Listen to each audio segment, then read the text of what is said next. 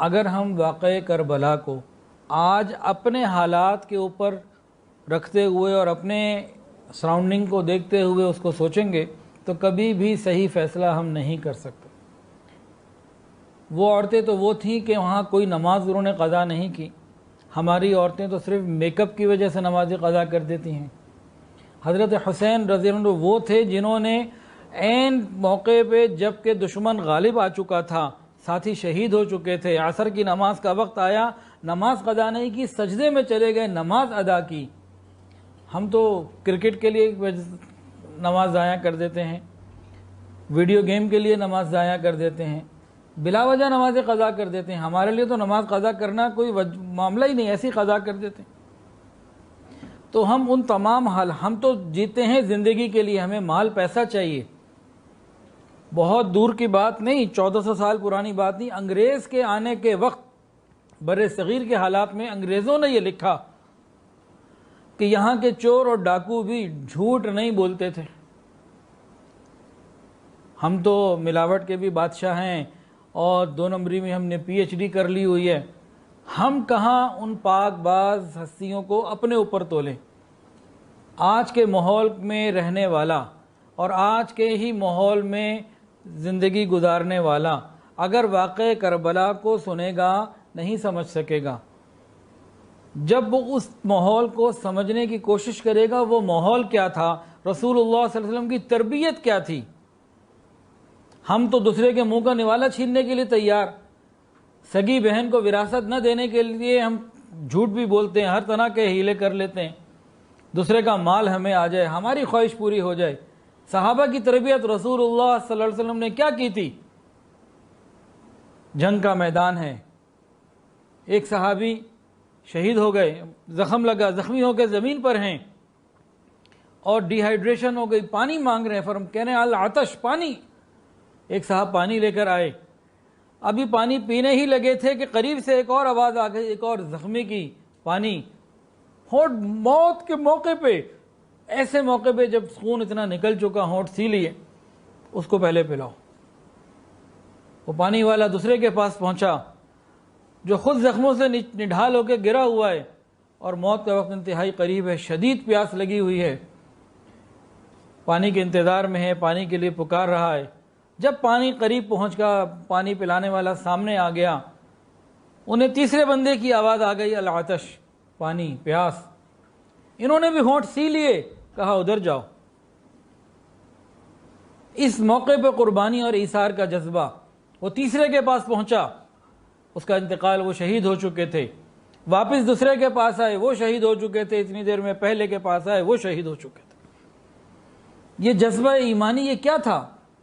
جب تک ہم اس کو نہیں سمجھ سکتے، کربلا کے واقعے کو ہم یقیناً نہیں سمجھ سکتے۔ جان دینا سعادت سمجھی جاتی تھی، صحابہ انتظار کرتے تھے کاش کوئی موقع ملے اور ہم اللہ کے راستے میں جان قربان کریں۔ اور ہم جان بچانا سب سے زیادہ ضروری سمجھتے ہیں کہ جان کسی طرح بچ جائے، چاہے جھوٹ بولنا پڑے، چاہے کچھ کرنا پڑے۔ بہت فرق ہے ہمارا اور ان کا۔ تو واقع کربلا کو سمجھنے کے لیے ہمیں رسول اللہ صلی اللہ علیہ وسلم کی تعلیمات کو سمجھنا ہوگا، اور صحابہ نے اس کو کتنا اختیار کر لیا تھا اسے سمجھنا ہوگا۔ یہ وہ مبارک ہستیاں تھیں۔ ایک صحابی کے گھر کہیں سے بکری کی سری آئی، گھر میں فاقہ تھا، آگے بھیج دی، انہوں نے اور آگے بھیج دی، انہوں نے اور آگے بھیج دی، ایک سری 7 گھروں کا چکر لگا لیا۔ جب تحقیق کی تو ہر ایک نے یہ بتایا کہ بھئی میرے خیال میں فلاں بندے کے گھر میں فاقہ تھا، تو میں نے کہا اس کو بھیج دو۔ مسلمان تو ایسے تھے کہ ایک صاحب کی دکان ہے، کسٹمر آیا، کسٹمر نے کہا چیز ہے، ہاں ہے، میں کہا تمہیں یہ چیز چاہیے تو تم ایسا کرو، فلاں سامنے میرا جو دکاندار بھائی ہے اس سے لے لو۔ کہ بھئی آپ کیوں نہیں دینا چاہتے، کیا آپ کے پاس نہیں ہے؟ کہ ہاں ہے میرے پاس، لیکن میں اس لیے نہیں دینا چاہ رہا کہ میرا آج صبح سے اتنی سیل ہو گئی ہے، میرا آج کے دن کا، میرا بیوی بچوں کا گزارا ہو جائے گا۔ وہ سامنے دکاندار بھائی ہے، اس کی ابھی بکری نہیں ہوئی ہے، اس کے بچے فاقے میں نہ چلے جائیں، تم اس سے لے لو، اس کا بھی کچھ گزارا ہو جائے۔ ہمیں یہ باتیں کہاں سمجھ آتی ہیں؟ ایک صحابی نے ایک گھوڑا خریدا، مثال کے طور پہ 3000 درہم کا خریدا، کسی نے کہا یہ تو 4000 کا ہونا چاہیے، آپ کو تو بڑی اچھی ڈیل مل گئی، وہ اس کو گیا کہ 1000 اور دے آئے، گھوڑا بہت شاندار تھا، لوگوں نے دیکھا یہ تو 4000 میں بھی سستا ہے، کسی نے کہا جی 5000 ہونا چاہیے، اس کو 1000 اور دے آئے، کسی نے کہا 6000 کا ہونا چاہیے، اس کو 1000 اور دے آئے۔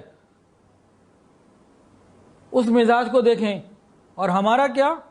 ہماری آج عورتیں اپنی عزت بچانے کے لیے، اپنے معاملات کو صاف رکھنے کے لیے اگر کہیں سونا لے کے کسی سونار کے پاس چلی جائیں، وہ سونار ان کو 100 روپے کی جگہ 25 روپے بھی نہیں پورے دیتا۔ اس کو معلوم ہے کہ یہ اپنی عزت بچانے کے لیے آئی ہے، کسی کو بتا نہیں سکتی، پورا ناجائز فائدہ اٹھانے کی کوشش کرتا ہے۔ ہم کیسے اس ماحول کو سمجھیں؟ کتنا فرق ہے ہمارا اور ان کا، صرف ایک چیز میں نہیں، ایک ہر چیز میں فرق ہے۔ اور سنتوں کے بارے میں سن لیجئے، ہم سنتوں کے بارے میں کیا کہتے ہیں؟ سنت ہی تو ہے نا جی، کون سا واجب ہو گیا؟ اور صحابہ کی کیا شان تھی؟